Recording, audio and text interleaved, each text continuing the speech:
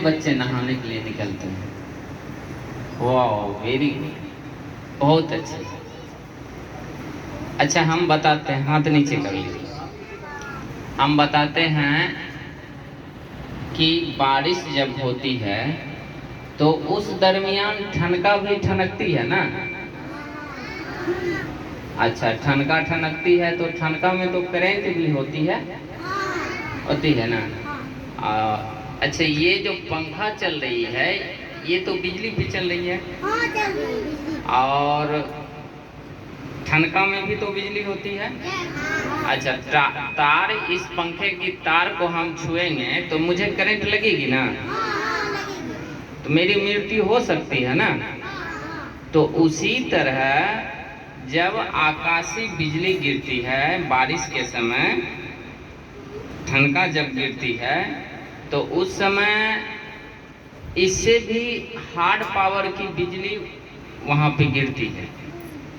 मेरी बात समझ रहे हैं? इससे भी हार्ड पावर, यानी कि इसमें जो 240 वोल्ट पे ये पंखा चल रही है, लेकिन जो आकाशीय बिजली है, आकाशीय करंट है, वो उसका जो पावर है, उसका पावर पता है आप सबको?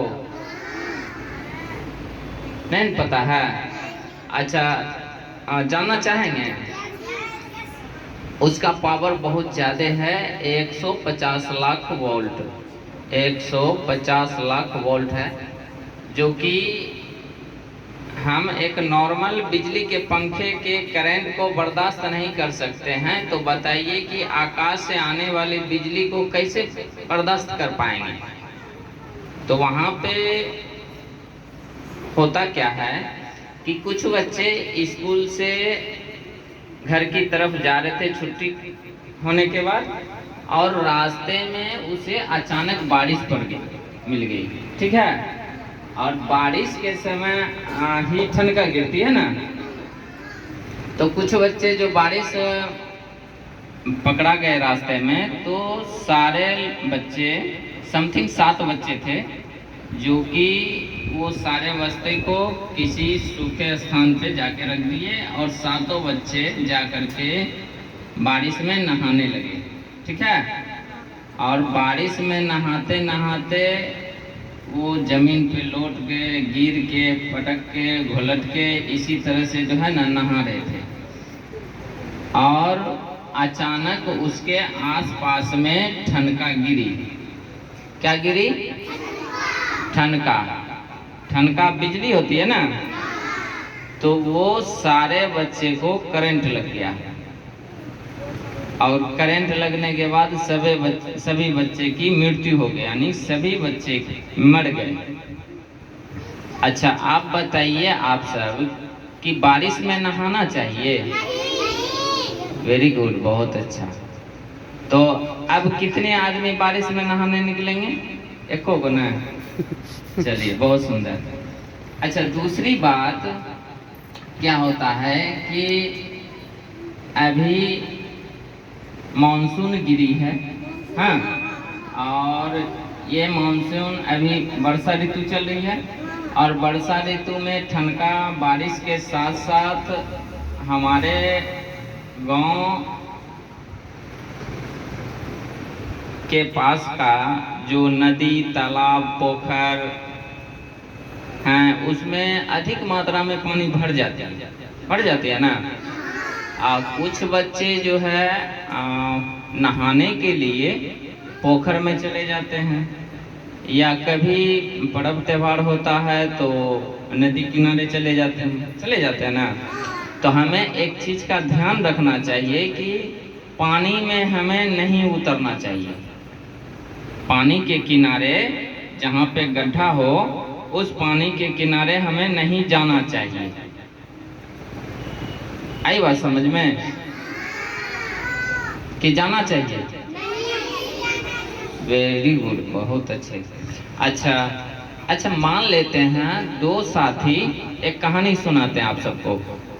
2 साथी, अभी जब सावन की महीना चल रही है, तो हो सकता है पूजा करने के ख्याल से वो लोग नदी में चले गए नहाने के लिए, है ना।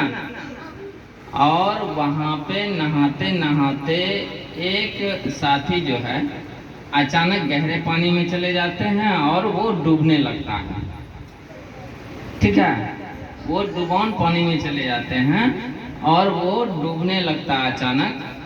तो वहाँ पे जो साथी बचाने वाला था वो क्या किया कि उसे जाकर के डायरेक्ट हाथ पकड़ के बचाने का प्रयास किया कि मेरा साथी डूब रहा है तो हम जाकर के उसे हाथ पकड़ के बचा लेंगे।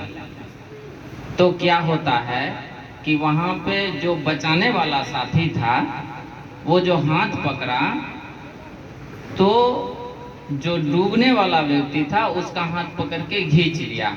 अक्सर क्या होता है देखना, जो डूबता हुआ व्यक्ति है, जो व्यक्ति पानी में डूब रहा है, वो व्यक्ति हमेशा ये चाहता है कि हमें कुछ भी मिले हम उनसे दाब चीत के किसी तरह बाहर निकलें, वो अपनी जान बचाने के लिए। ऐसा ही होता है ना। और जो बचाने वाला उसका साथी था वो उसको पता नहीं है इस बात की, और वो गया हाथ पकड़ के बचाने के लिए और उस साथी का हाथ खींच लिया।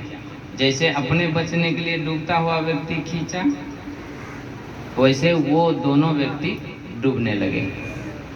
आई बात समझ में। अब होता क्या है कि वहाँ पास में एक साथी और थे। उसने सोचा कि मेरा साथी, मेरा भाई डूब रहे हैं तो जाकर के उसको बचा लेते हैं। तो वो गए अपने साथी को बचाने के लिए, तो दोनों मिल के उसको पकड़ लिए। अब कितने डूबने लगे? वेरी गुड, बहुत अच्छा। तो इस तरह से एक आदमी की जान बचाने के लिए कितनी आदमी की जाने गई? वेरी गुड, बहुत अच्छा। अब हमें ये जो बचाने का तरीका था पानी में डूबते हुए व्यक्ति को, क्या सही था क्या? बिल्कुल, आप सब बहुत ही ध्यानपूर्वक सुन रहे हैं। तो ये तरीका, बचाने का जो तरीका है, ये सही तरीका नहीं है। तो सही तरीका क्या है? सही तरीका है कि पहले खुद को सुरक्षित रखना। पहला प्राथमिकता क्या है?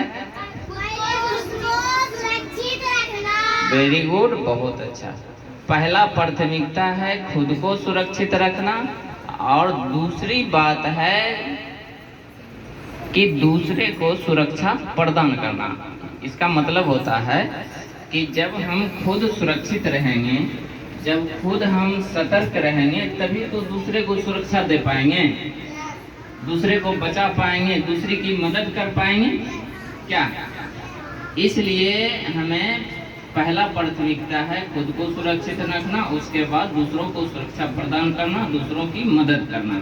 तो हमें मदद करनी चाहिए बिल्कुल सुरक्षित रूप से, मतलब कि बिल्कुल सावधानी पूर्वक, ताकि मेरी भी जान न जाए और उसको सुरक्षित रूप से मैं बचा लूँ। वेरी गुड, बहुत अच्छे। अब देखिए बचाने का जो तरीका है, तो सबसे पहले तो मैं कभी भी डूबते हुए व्यक्ति को, जब किसी व्यक्ति की हाइट से ज़्यादा पानी हो जहाँ पे, वहीं पे न डूबेंगे। अच्छा, हो सकता है कि वो व्यक्ति हमसे 2 मीटर की दूरी पे डूब रहे हैं, तो अब हमको थोड़ा सा पानी में तो उतरना पड़ेगा। तो वहाँ पे हमें किसी संसाधन के माध्यम से बचाना चाहिए। अब संसाधन माने तो हो सकता है कि मेरे पास या पास में किनारे में कोई लाठी डंडा हो सकता है ना, या हो सकता है किनारे में कोई मान लीजिए कि कोई मम्मी या किसी की साड़ी हो सकती है, या डोरी हो सकती है, या कोई वैसा लंबी वस्तुएं हो सकती है जो कि उस वस्तु के माध्यम से उसे हम बचा सके। आई बात समझ में? वेरी गुड, बहुत अच्छा। तो हमें उस संसाधन के माध्यम से बचाना। अब देखिए हमारे पास एक साथी हैं जो कि डूबते हुए व्यक्ति को बचाने का प्रयास करते हैं सुरक्षित रूप से। तो आप सबको